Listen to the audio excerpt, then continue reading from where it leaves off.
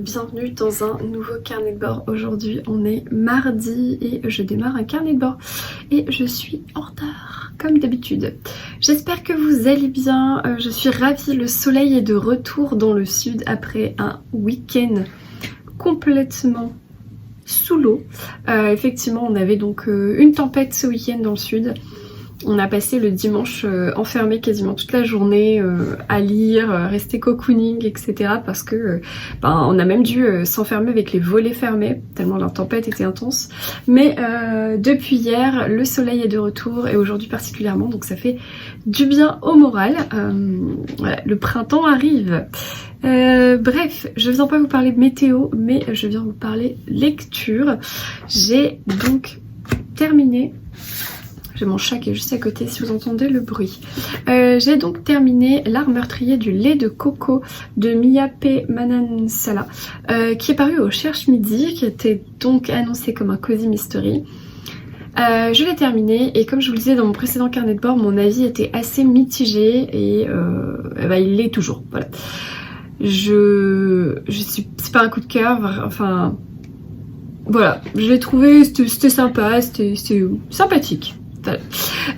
Au niveau de l'histoire, je pense que je vous en ai déjà parlé, mais il s'agit d'une jeune fille philippine qui revient de Boston, où elle a fait des études et où manifestement elle a eu de mauvaises expériences avec son chéri, avec son cercle professionnel et familial.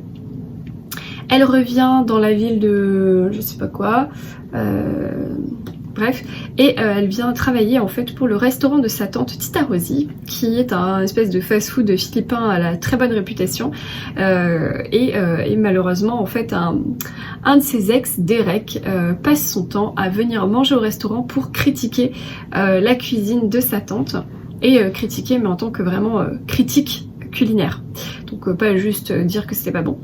Et malheureusement il cause pas mal de tort à ce restaurant, mais pas qu'à lui, il y a pas mal d'autres restaurants également. Et malheureusement, eh bien, un jour il vient déjeuner au restaurant de Tita Rosie et il décède. Donc tout accuse Lila de meurtre, puisque c'est son ex, parce qu'elle le déteste, parce qu'il passe son temps à critiquer tout, et il meurt dans son restaurant avec un plat qu'elle lui a servi. Donc s'ensuit évidemment une enquête que va mener Lila avec sa famille, avec sa meilleure amie dans la ville. Et voilà, donc là on est dans le style cozy mystery, sauf que voilà, moi j'étais un petit peu déçue dans le sens où j'ai trouvé ça très long avec beaucoup de personnages et pas beaucoup d'humour, ou du moins je sais pas, la traduction elle est pas drôle, ou alors aux Philippines on a un autre genre d'humour, j'en sais rien. Donc c'est une américaine qui a écrit ce cozy mystery, mais qui est d'origine philippine bien entendu. Par contre ce qui est cool c'est que c'est hyper gourmand, voilà, ça donne très très faim, parce qu'on parle de beaucoup de cuisine, pas que de la cuisine philippine, on parle de cuisine mexicaine, asiatique, coréenne, sushi, enfin voilà, c'est vraiment assez large, on parle beaucoup de cuisine, donc ça c'est sympa, ça change. Et ouais, ce que j'avais pas trop aimé dans ce livre, c'est finalement que je trouvais que c'était un peu grossier, le fait d'avoir une mixité des personnages qui est extrêmement marquée. C'est-à-dire que chaque personnage, l'autrice s'est sentie obligée de spécifier quelque chose, donc voilà, sur son origine, sur son orientation sexuelle, sur sa coupe de cheveux, enfin il y a toujours un truc, et c'est ça qu'on vient souligner, sa différence. En fait du coup ça force le trait, et moi ça m'a paru un peu désagréable. Donc voilà, donc c'est pas une déception, c'est ouais, un avis mitigé, une lecture sympathique, mais ça fera pas partie de mon top 10 des cozy mystery préférés de tous les temps. Voilà, et je suis d'ailleurs pas sûre de lire la suite, puisque j'ai d'autres cozy que je préfère, que je vais privilégier. Donc c'était, voilà, une bonne découverte, mais pour moi ça va s'arrêter là avec la saga du lait de coco. Du coup, dimanche, j'ai démarré une nouvelle lecture, et pour le coup, je pense que ça sera un coup de cœur, et genre mon plus gros coup de cœur de l'année. J'avais déjà eu un coup de cœur pour La fille de Cali de Céline Dangean du côté polar, mais là je me régale, et c'est un régalissime. c'est Le Cercle littéraire des amoureux de Jane Austen de Nathalie Jenner que le gang m'a offert pour mon anniversaire l'année dernière. Donc je les remercie grandement. C'est publié chez Hauteville et il me reste 100 pages. Donc je l'ai franchement dévoré. J'ai adoré cette histoire. Alors je vous recommande de ne pas lire le résumé. Je le trouve très spoilant. Dommage pour Hauteville du coup. Mais oui, je trouve que le résumé est très spoilant et je vous le recommande pas du tout de le lire. Donc je vais vous faire mon propre résumé. On est après la guerre, on est voilà, en 46. Enfin, en 46. On avance dans le temps, mais très rapidement on est en 46. Donc au début on est, je pense, en 35, avant la guerre. On va avoir un jeune homme qui est dans le village de Showtown, en Angleterre, et une jeune fille arrive voilà, dans le village. On sent bien que c'est une américaine, qu'elle n'a rien à faire là, elle arrive sur ses talons dans un village agricole, enfin, et en fait elle va à la rencontre de ce jeune homme parce que c'est la seule personne qu'elle arrive à croiser et à demander sa route, puisque elle recherche là où a vécu Jane Austen. Effectivement, dans l'histoire, on comprend que Jane Austen a vécu dans un cottage qui est de Showtown. C'est là aussi qu'elle a fini par écrire ses 3 derniers romans.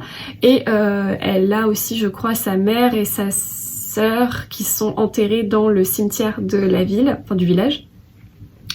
Voilà, il y a plein de... Enfin, le village est un peu empreint du souvenir de Jane Austen. Et donc cette jeune femme cherche à voir... les traces de son idole, et donc elle rencontre ce jeune homme, et ce jeune homme lui indique la route, mais lui, bon voilà, il fait ça avec des touristes tout le temps, puisque finalement c'est un peu le lieu touristique de la ville. Et cette jeune femme, finalement elle a une discussion avec lui, et elle lui conseille vivement de lire et de découvrir Jane Austen, parce que elle, ça lui a changé sa vie. On fait un bond dans l'avenir, du coup, on avance le temps et on est quasiment 10 ans plus tard. Et la guerre est là, et on va avoir d'autres personnages qui sont toujours des personnages de Showtown et qui ont tous un point commun, c'est Jane Austen, vous l'avez dans le mille. J'ai été interrompue, mais donc du coup on va suivre finalement ces différents personnages qui ont tous un lien avec Showtown, la ville de Jane Austen et Jane Austen. Et en fait c'est une histoire de rencontre, c'est une histoire de passion, c'est une histoire de Jane Austen effectivement, puisqu'on va retracer un petit peu sa vie par les discussions que vont avoir ces différents personnages. Et puis on va avoir beaucoup de références au roman de Jane Austen, ce qui m'a donné extrêmement envie de lire Emma et Northanger Abbey, que je n'ai jamais lu. Et voilà, et en fait c'est une histoire tellement douce, tellement saine, tellement sincère, belle. Alors on aborde aussi des sujets un peu graves, hein, forcément, puisqu'on est sur un fond de guerre. On est un fond d'après-guerre aussi, avec tout le lot de drames que ça apporte. Donc il y a des sujets assez durs qui sont aussi abordés. Et je trouve que c'est très très doux, c'est un régal, à la fois, voilà, c'est des rencontres humaines, du partage, de l'amitié, de l'amour, mais aussi de la tragédie, de la bienveillance, de la résilience. Tout ça sur un toile de fond de Jane Austen et littéraire. Et franchement, donc pour l'instant, c'est un coup de cœur. Mais vraiment, ne regardez pas le résumé. Vraiment, si je peux vous donner un conseil. Et voilà, alors moi, ça me fait beaucoup penser à... Alors, c'est faux parce que le titre le fait penser, mais il y a un peu de ça dans le sens les bons sentiments des personnages. C'est le cercle littéraire des amateurs des épluchures de patates. Des amateurs d'épluchures de patates ou un truc dans le genre. Notamment, il y a eu un film. J'ai adoré ce livre, j'ai adoré ce film, et j'ai aimé en fait la bienveillance, la solidarité de ces personnages d'une autre époque, en fait, puisque aujourd'hui ça serait complètement impossible d'avoir cette solidarité-là et cette attention envers nos voisins, envers nos proches. Voilà, et c'est vraiment les mêmes sentiments, avec un amour commun pour la littérature, et là, pour le coup, pour Jane Austen, que j'ai trouvé vraiment adorable, et bien sûr voilà, beaucoup de références à l'autrice que j'adore, et je peux que vous recommander ce livre. J'attends la fin, évidemment il y a des choses que j'attends et j'espère qu'elles vont arriver. Voilà, je vous en reparlerai plus tard dans le carnet de bord, je vais essayer de le finir vite, je pense aujourd'hui. Parce que hier soir j'ai commencé à lire à 22 h et finalement j'ai lu 100 pages et encore je me suis forcée à m'arrêter parce qu'il était tard, il fallait que j'aille me coucher. Mais voilà, là il me reste 100 pages pile, donc peut-être que j'arrive à le terminer aujourd'hui. Et dans ce cas, eh ben, ce sera ma deuxième lecture, mais on va dire ma première lecture vraiment pour Mars au féminin, puisque comme chaque année, je participe autant que je peux au challenge organisé par Florence, Flo Books, qui est donc Mars au féminin, et l'idée étant de lire des romans qui parlent de femmes, écrits par des femmes, de combats de femmes, etc. etc. Et là, mais quoi de mieux que de parler d'une grande figure de la littérature britannique historique, et c'est Jane Austen. Voilà pour ce qui est de mes lectures. En audio, j'ai aussi pas mal avancé La Rose de minuit de Lucinda Riley. Je crois que j'ai écouté quasiment 200 pages sur les 800. Donc franchement, j'ai bien avancé et j'aime vraiment beaucoup. Mais j'ai pas envie de vous faire un résumé là, parce que ça fait déjà 2 résumés, donc je vous en parle plus tard. J'ai simplement un petit paquet à ouvrir. Voilà, je ne sais pas ce que c'est.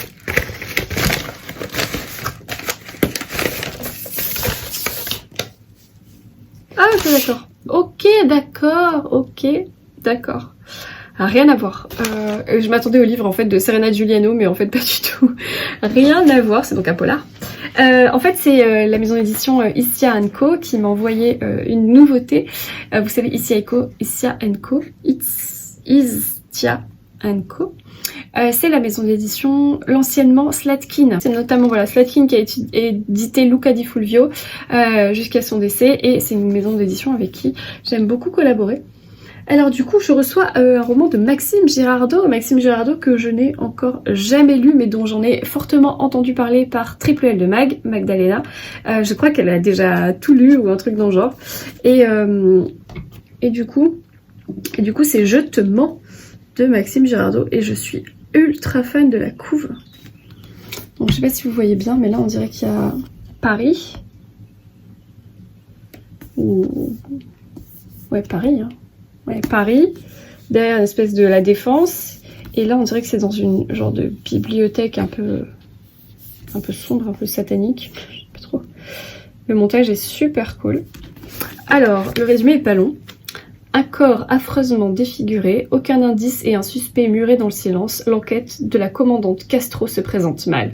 Le cadavre a été retrouvé dans l'appartement d'un écrivain célèbre en mal d'inspiration. D'où les livres. Pressé par les délais, il aurait fait appel à l'intelligence artificielle pour stimuler sa créativité, mais on ne danse pas impunément avec le diable. Un suspense hitchcockien au service d'une intrigue à la Black Mirror. Maxime Girardot a travaillé 10 ans chez Microsoft et fondé un incubateur de start-up. Il est l'auteur chez Fayard de 2 polars repris par Pocket et traduits en 3 langues, Persona et Ego. C'est cela que je n'ai pas lu, mais ça a l'air trop bien. J'adore cette édition, c'est écrit gros, c'est aéré, le papier est épais, c'est tellement agréable. Ah, c'est dédicacé. Bah, génial.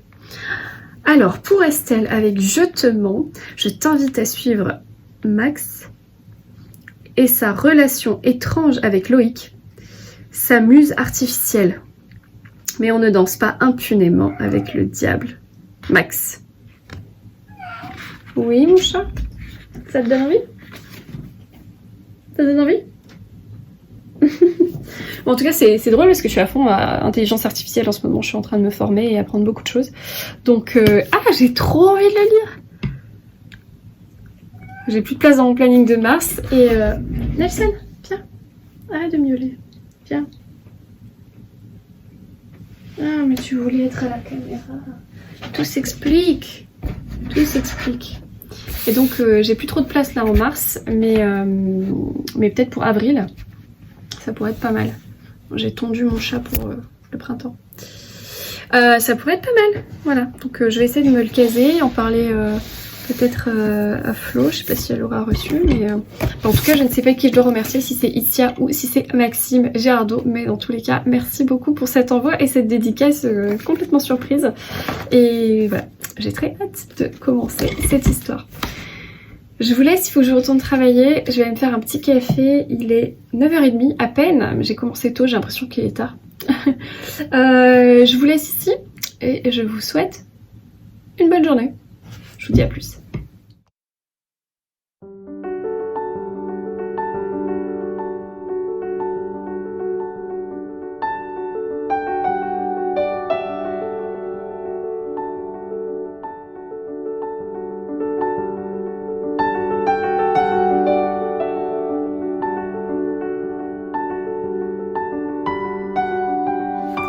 Hello, j'espère que vous allez bien. Aujourd'hui on est mercredi et c'est ma pause déj. Non Nelson, tu vas pas vouloir ouvrir la porte. Je viens vous parler parce que j'ai un gros colis à ouvrir, donc je vais m'installer pour l'ouvrir juste après. Mais je voulais vous dire qu'hier j'ai terminé le cercle littéraire des amoureux de Jane Austen de Nathalie Jenner aux éditions Hauteville. Et je confirme, c'était bien un coup de cœur. Franchement, j'ai trop aimé cette histoire. Vraiment, les personnages sont ultra attachants. Les relations entre les personnages sont sincères, intéressantes. Enfin, pleines de bonnes intentions. C'est doux, voilà, ça c'est cosy, dans une Angleterre toute mignonne, etc. Donc franchement j'ai trop adoré, même si ça traite des problématiques aussi très importantes. Il y a une belle fin, il y a une belle morale de fin et ça se lit tout seul. Par contre le bémol, c'est que j'ai très envie de lire Jane Austen maintenant. Voilà, j'ai trop envie de lire ceux que j'ai pas lus, à savoir Northanger Abbey, Emma. Qu'est-ce que j'ai pas lu? Il y en a un troisième que j'ai pas lu. Voilà. Bah mince. Mansfield Park, voilà. Bizarrement, celui qui me faisait le plus envie, celui que j'ai oublié, c'est Mansfield Park. Là, le problème, c'est que j'ai très envie de me remettre à Jane Austen. Et bien sûr, dans mon planning des lectures de mars, je n'ai absolument pas prévu de caler un nouveau roman. Même si, effectivement, ça rentrerait idéalement dans Mars au féminin. Mais je sais pas. Bon, enfin bref, dans tous les cas, je suis trop contente de l'avoir terminé et c'était génial. Donc je suis ravie, c'est un gros coup de cœur. Donc voilà, donc n'hésitez pas si vous aussi vous aimez Jane Austen et que vous aimez ce genre d'histoire, c'est top du top. Voilà, donc j'ai lu ça. Pardon, j'ai pas avancé mon livre audio encore dans La Rose de Minuit et j'ai pas encore commencé de nouvelles lectures. J'hésite entre deux. En fait, ça dépendra de si j'ai une lecture commune ou pas. Donc, je suis en train de voir avec Maëva, donc Zola Burrata, si on lit ensemble le nouveau roman d'Agathe Ruga. Parce qu'il vient de sortir aujourd'hui. Donc, si elle arrive à se le procurer, on le commence aujourd'hui. Sinon, on le commencera la semaine prochaine. Autrement, je vais lire l'avant-dernier tome des enquêtes d'Anna Svensson, donc Meurtre et Carrot Cake, puisque j'ai reçu Meurtre et Chou à la crème que je vais essayer de lire en fin du mois avec Flow & Books, mais avant ça il faut que je lise le précédent que j'avais reçu en octobre mais que je n'avais pas lu. Voilà, donc je vais essayer de lire ça, l'un ou l'autre, je sais pas encore. Mais comme j'ai déjà lu pas mal de Cozy Mystery ces derniers temps, j'aurais peut-être voulu changer de style. Et ensuite j'aimerais bien lire aussi L'héritage d'Esté que j'ai reçu.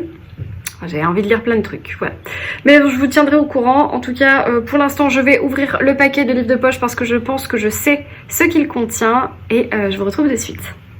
Du coup, j'ai quand même vérifié dans ma bibliothèque ce que j'avais de Jane Austen et que je n'avais pas lu. Et donc, j'ai trouvé ces livres, ça ce qui faisait partie de ma pile à lire. Alors, j'ai 2 fois Mansfield Park en 2 éditions différentes. Donc... j'ai ces 2 éditions là. J'ai une édition donc de chez Hauteville qui est super belle.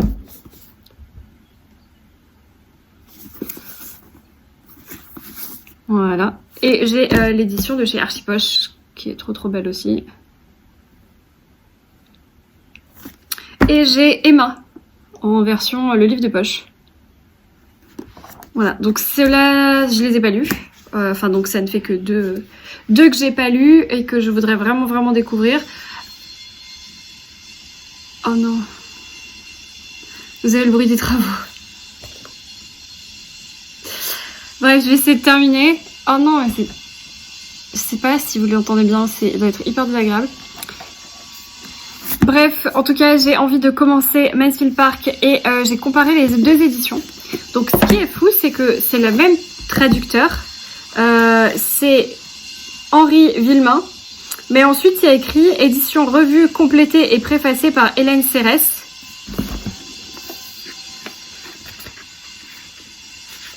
Et là aussi, c'est traduit de l'anglais par Henri Villemain. Mais par contre, c'est revisé et complété par Julie Lauré et Alain Sainte-Marie. Donc, j'ai lu les 2 premières pages. Donc, pardon, j'ai lu 2 fois la première page, une fois dans cette édition et une fois dans celle-là, pour savoir laquelle je me sentais le plus à l'aise. Et je crois que je préfère la version Hauteville, puisque les termes employés et la façon dont les phrases sont tournées me parlaient plus. Donc je crois que je lirai celle-ci. Je sais pas encore quand, mais du coup si j'arrive à caser dans mon planning une lecture de Jane Austen, ça sera Mansfield Park. En attendant, je vais les laisser là, de côté. Voilà, pour mon colis du livre de poche qui est rentré pile poil dans ma boîte aux lettres. Il est comme ça, il est énorme et il contient la saga de Jussi Adler-Olsen.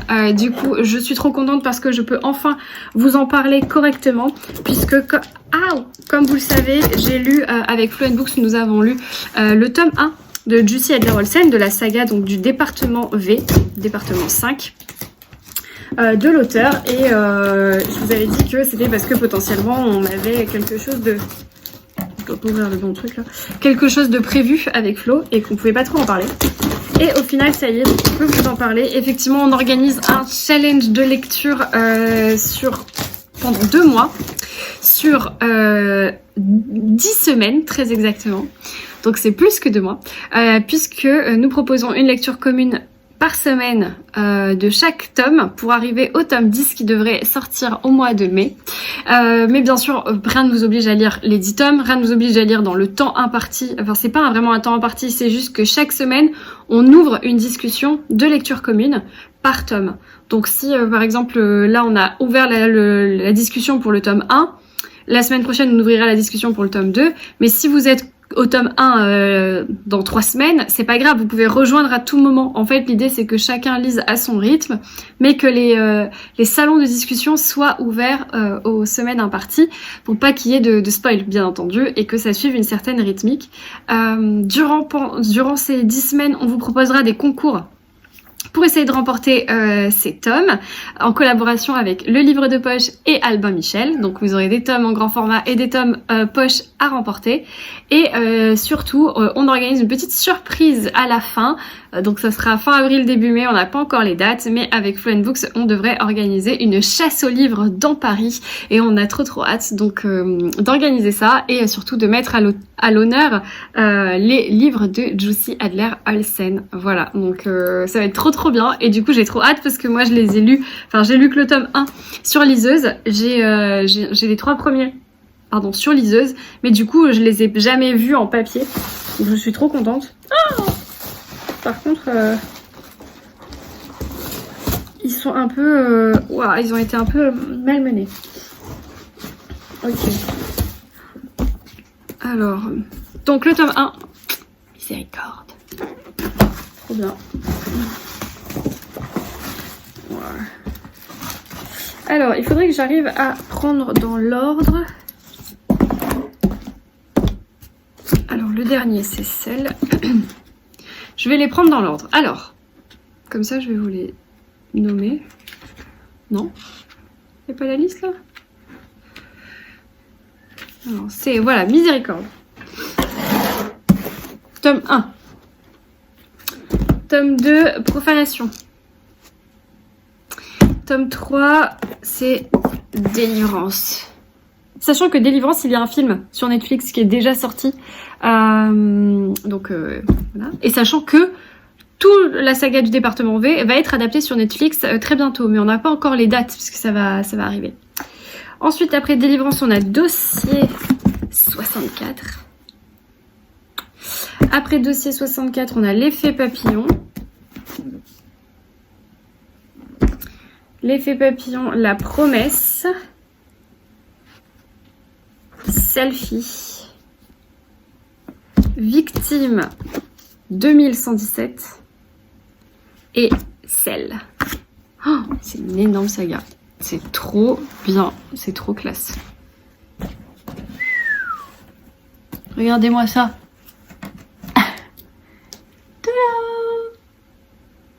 Oh, j'adore. Bon, en tout cas, c'est un gros cadeau pour, de la part de Livre de Poche pour moi. Donc, merci beaucoup. Oh, la saga, elle est trop bien parce que c'est tout linéaire, c'est tout beau, c'est tout droit, organisé, tcha, j'adore. Donc voilà, donc je suis trop contente de pouvoir vous en parler maintenant, de vous en reparler plus tard pendant mes lectures des tomes. Trop bien. Normalement, je devrais lire du coup Profanation. Hop. Je devrais lire Profanation normalement la semaine prochaine. Hop. Ou du moins commencer. Je l'ai en numérique et en audio aussi au cas où. J'arriverai pas à le lire à temps, mais du coup moi je vais essayer d'en lire un maximum avant la sortie du tome 10 et j'ai trop hâte parce qu'en vrai j'ai trop aimé le premier Délivrance, j'ai trop aimé. Donc franchement vous pouvez les trouver en poche, c'est facile.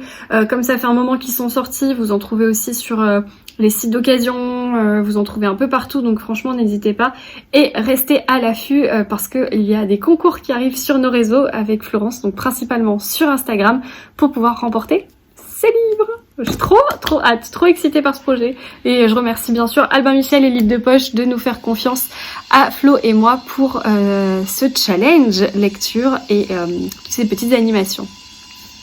J'entends que les travaux ont repris, donc c'est pour moi le temps de vous laisser ici et je vous retrouve plus tard. Hello, aujourd'hui on est jeudi et je dois déjà conclure ce carnet de bord, mais avant j'ai des trucs à vous dire. Du coup j'ai commencé une nouvelle lecture, mais alors vraiment commencé, c'est-à-dire que j'ai lu royalement 4 pages, hein. Oui, puisque hier j'ai eu un dîner improvisé et qui n'était pas prévu, du coup j'ai pas avancé, mais j'ai commencé le Rendez-vous à la Porte Dorée de Agathe Ruga aux éditions du coup Flammarion que Agathe m'a très gentiment envoyé. Merci encore, j'adore vraiment ce qu'elle écrit, j'aime trop son style d'écriture, donc je suis ravie de redécouvrir la plume d'Agathe. Du coup sur ce 3e livre, j'ai évidemment lu ces 2 précédents qui sont Sous le soleil de mes cheveux blonds et L'homme que je ne devais pas aimer, c'est ça. Donc c'est son 3e roman et j'adore le sujet. C'est toujours en fait des histoires un peu d'amour à cœur ouvert, comme si on écrivait un journal, le journal d'une vie d'une femme contemporaine, voilà, de nos jours, et j'aime vraiment beaucoup. J'ai l'impression que c'est toujours une écriture qui est très proche de l'autrice, donc je suis ravie de découvrir ce 3e livre. Je le lis avec Maëva, donc Maëva Zola Burrata sur Instagram. Je suis très contente de le lire avec toi parce que je sais que tu vas regarder ma vidéo comme tous les week-ends et je te remercie et j'espère que toi tu l'adores et que tu le dévores aussi de ton côté. Mais moi j'ai trop hâte d'être ce soir pour l'avancer parce que là du coup j'ai pas lu grand chose. Il est pas très long, il fait 250 pages, donc franchement c'est quelque chose qui va se dévorer. J'ai trop hâte. Voilà. En plus demain je pars à la montagne, donc du coup je l'emmènerai sûrement avec moi, puisque comme ce soir j'ai encore un dîner, et ben je l'avancerai pas beaucoup, pas assez en tout cas pour le terminer, mais voilà ma nouvelle lecture. J'ai un unboxing à faire, je vais chercher mon paquet, bien sûr je ne l'ai pas pris, je ne suis pas préparée, donc je reviens. Alors du coup j'ai reçu un paquet qui vient de la part de Belfond, donc je crois que je sais ce que c'est puisqu'ils m'ont démarché pour recevoir un polar un peu particulier et je pense que c'est ça parce que au début j'étais pas trop chaude et puis finalement le résumé est quand même dingos et c'est bien ça. Hop, voilà. Alors, il s'agit d'un auteur que je connais pas du tout, qui s'appelle Franck Leduc, et le titre c'est Duel. Ce thriller est un piège qui se referme sur vous, implacable et addictif. Céline Dangean. Évidemment, je suis en ce moment à fond sur Céline Dangean, donc ça a fini de me convaincre. Il y a un petit mot dedans. Chère Estelle, je suis ravie de vous faire découvrir le nouveau roman de Franck Leduc. Très bonne lecture, Sarah. Merci Sarah. Merci Sarah. Alors, il s'agit de Duel, je vais vous montrer déjà. Voilà. Il est beau. Très manichéen, tu sais, genre. Tac. Non? Ok. Alors, je voulais le résumé qui m'a fait craquer. Un fait divers sans précédent ébranle la France. Voilà une semaine que 2 cars scolaires ont disparu, avec à leur bord 66 enfants qui partaient en classe de neige. Aucune trace. Qu'est-ce qu'il y a? Non mais Nelson, là, stop. Aucune trace, aucune piste, rien. Pour les chaînes d'infos, cette affaire hors norme est du pain béni. Pour le commissaire Shepard, chargé de l'enquête, c'est une énigme qui défie la raison, jusqu'à cet appel du ravisseur. Affable, séducteur, ce dernier ne veut parler qu'à la négociatrice, Talia Sorel, nouvelle recrue du raid. Du raid? Pas raid, non, en fait. Une exigence qui ne plaît pas aux équipes de la police, en particulier à Shepard. Cette jeune femme sans expérience a-t-elle les épaules pour mener une telle affaire? Saura-t-elle déjouer les pièges de ces manipulateurs dangereux et parfaitement organisés qui tient toute l'opinion publique dans sa main? Et d'ailleurs, qui peut garantir que Sorel n'est pas une taupe? Tu peux arrêter de miauler quand je parle? Merci Nelson. Immersif et choc. Un thriller haletant par une nouvelle et puissante voix du genre. À chaque page qui se tourne, un mécanisme diabolique s'installe et la vie de ces enfants menace de basculer dans le néant. Saurez-vous garder la tête froide? Alors, moi j'avais un peu peur en fait de ce roman quand j'ai lu ça. Alors d'un côté, la disparition des cars, le fait que ça soit une femme qui soit mise à l'honneur aussi devant du coup un homme, Shepard, qui n'a pas l'air d'être très ravi que Sorel soit appelé sur l'affaire. J'aimais bien ça, j'aime bien l'ambiance et tout. J'avais juste peur que ça soit un peu, pas horrifique, mais un peu malaisant, notamment le fait que ça soit sur des enfants, parce que j'ai horreur aussi des thrillers où il y a un malaise avec les enfants, type viol, inceste et tout, mais où c'est vraiment décrit voilà, ce type de malaise là. Donc apparemment Sarah de chez Belfond m'a assuré que non, que c'était ok, et donc à partir de là, eh bien j'ai accepté de recevoir Duel. Je pense pas le lire en mars parce que je vais essayer de lire quand même que des voix féminines pour mars au féminin, mais ça promet. En tout cas, j'aime bien l'édition, j'aime bien le livre est beau, et c'est pas très long, 378 pages. Donc si c'est un bon thriller, en vrai ça peut se dévorer. Mais je suis contente parce que je connaissais pas du tout Franck Leduc. Je sais pas si c'est un premier roman. Ah non. Du même auteur. Le chaînon manquant, Cléa et La mémoire du temps. Je connais pas. Et c'est un français. Voilà. Il est passionné d'histoire, de sport et de nature. Ok, ben écoutez, voilà, une petite nouveauté qui a l'air vraiment pas mal. Donc merci beaucoup à Belfond. Je vais pas regarder si c'était dédicacé, mais je pense pas. Non, ça l'est pas. C'est pas dédicacé, donc pas de surprise. Hop, voilà. Je vais ranger ça. Et c'est tout. Bon, là il est midi, il faut que j'y aille, mais j'ai pas été à la boîte aux lettres, parce qu'en fait ça, ce livre, je l'ai reçu hier. Dans ma boîte aux lettres. Donc au pire, j'attends tout à l'heure. Si j'ai quelque chose dans la boîte aux lettres, je filmerai et je conclurai le carnet de bord tout à l'heure.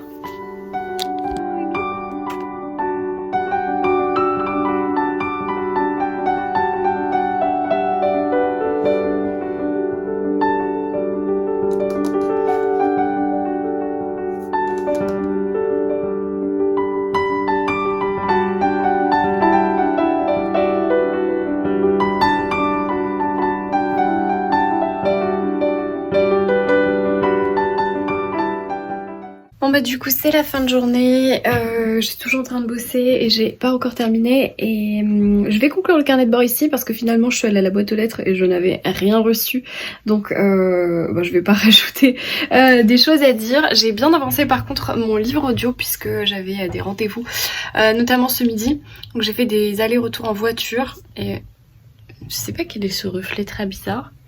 C'est mon écran peut-être. Du coup j'avais fait des allers-retours en voiture et j'ai bien avancé mon livre audio. Je suis à la moitié quasiment de La Rose de minuit de Lucinda Riley et j'aime beaucoup trop.